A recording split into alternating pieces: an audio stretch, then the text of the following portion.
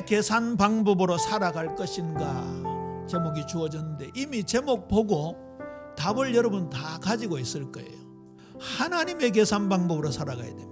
영적인 신앙생활 하기 이전에 우리가 무엇을 버려야 될 것인가, 무엇을 취해야 될 것인가가 오늘 읽은 본문의 내용입니다.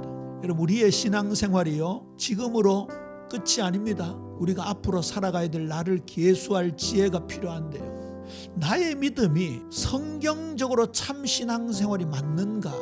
신명기 8장 16절에 보니까 그 시험은 복을 주시기 위함이라고 말씀하고 있습니다.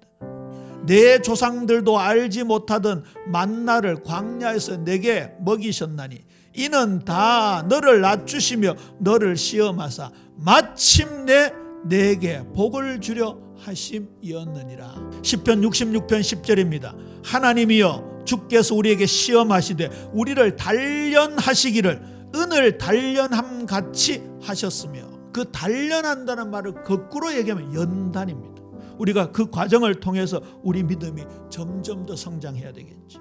우리 인생들에게는요 본능 속에 원죄적 속성이 있습니다. 우리가 하나님과의 관계가 끊어지면요, 우리가 성령으로 충만하지 못하고 믿음 생활하지 못하면요, 분명히 영적인 존재인 우리가 육신적으로 변할 수밖에 없는 것을 보여주고 있습니다. 민수기 13장에 보면 이 모세가 12지파의 두령들을 한 명 한 명 차출해서 정탐꾼으로 보내잖아요. 갈렙과 여호수아는 하나님의 언약적 관점으로 보았습니다. 하나님은 가나안을 아름답고 광대한 땅, 젖과 꿀이 흐르는 땅으로, 이스라엘 12지파에게 유업으로 주실 땅으로 말씀했던 그 언약을 붙잡았음에도 불구하고 똑같이 언약을 들었던 10명의 정탐꾼들은 오히려 악평했습니다. 근데 이들의 보고가 훨씬 더 과학적이고 논리적이고 합리적이고 이성적이고 수학적이었습니다. 그들 앞에 우리는 메뚜기와 같다, 맞는 말이지요. 언약을 놓쳐버리면 사람의 계산을 할 수밖에 없습니다. 육신의 눈이 밝아질 수밖에 없습니다. 저와 여러분은 어느 쪽입니까? 여호수아 갈렙 쪽입니까? 나머지 10명 정탐꾼 입장입니까? 하박국 1장에 보면요, 이스라엘 백성, 유대 백성을 괴롭히던 이방인들이 더 강하고 더 부하고 더 건강하고 그렇게 사는 것을 보고 이 하박국이 하나님 앞에 하소연하는 장면이 하박국의 내용입니다. 물론 여기에서 나중에 오직 의인은 믿음으로 말미암아 살리라는 답을 얻었습니다마는 그 첫 번째 하박국의 자세는 불신앙의 자세였습니다. 우리가 이런 실족의 상태, 하소연의 상태가 없는지, 요한복음 6장 7절입니다. 빌립이 대답하되 각 사람으로 조금씩 받게 할지라도 200데나리온의 떡이 부족하리이다. 수많은 기적을 눈앞에서 보고도 예수님의 창조주 되심을, 무에서 유를 만들어내시는 창조주 되심을, 죽을 자를 고치시는 만주의 주여 만왕이 왕이 되심을 놓쳐버린 겁니다. 우리 예비 성도님들, 어떤 상황 속에서도 내가 믿는 예수님이 창조주 하나님이시요 만왕의 왕이시요 만주의 주이심을 믿으시기를 주님의 이름으로 축원합니다. 없는 것을 있게 하시는 하나님이십니다. 나를, 우리 자녀들을 변화시키시는 하나님이십니다. 이때 우리에게 필요한 것이 하나님의 계산 방법입니다. 하나님의 계산 방법은 자연 법칙을 뛰어넘는 겁니다. 하나님의 은혜 때문에 내가 존재하는 거예요. 예수님이 날 구원해 주셨기 때문에 내가 실존하는 거예요. 우리는요, 하나님의 사랑, 하나님의 구원, 그가 보내신 독생자 예수 그리스도가 아니고는 존재가 아니에요. 이 합리적인 계산, 이성적인 계산, 수학적인 계산이 하나님 앞에는 아무 소용이 없는 겁니다.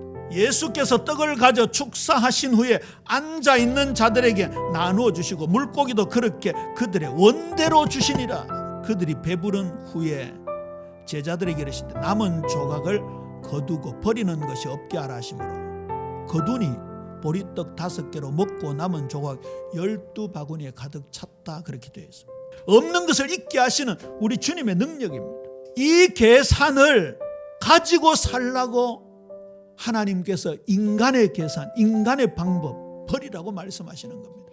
하나님의 계산 방법의 절정 끝판왕이 하나님이 독생자 예수님을 우리에게 보내어 주신 사건입니다. 아낌없이 보내주셨어요. 하나님이 세상을 이처럼 사랑하사 독생자를 주셨어요. 이는 그를 믿는 자마다 멸망하지 않고 영생을 얻게 하려 하심이라. 그래서 우리가 구원받아 하나님의 자녀로 하나님의 백성으로 예배자로 지금 하나님께 예배하고 있는 거예요.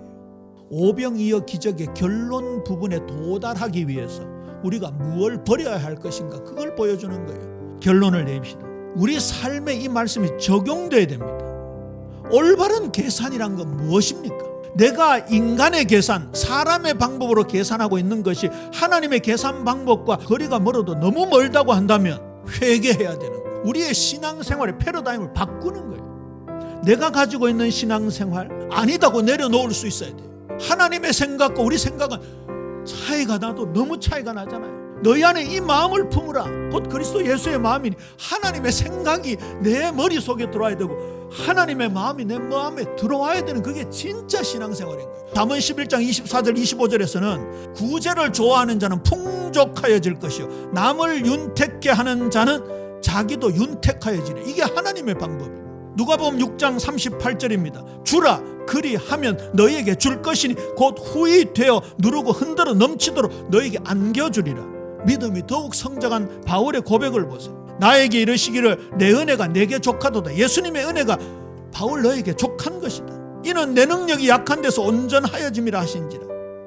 그러므로 도리어 크게 기뻐함으로 나의 여러 약한 것들에 대하여 자랑하리니 이는 그리스도의 능력이 내게 머물게 하려 함이라. 그러므로 내가 그리스도를 위하여 약한 것들과 능력과 궁핍과 박해와 곤고를 기뻐하노니 이는 내가 약한 그때 강함이라. 우리의 계산 속에 믿음이 빠져 있습니다. 우리의 계산 속에 창조주 하나님이 빠져 있습니다.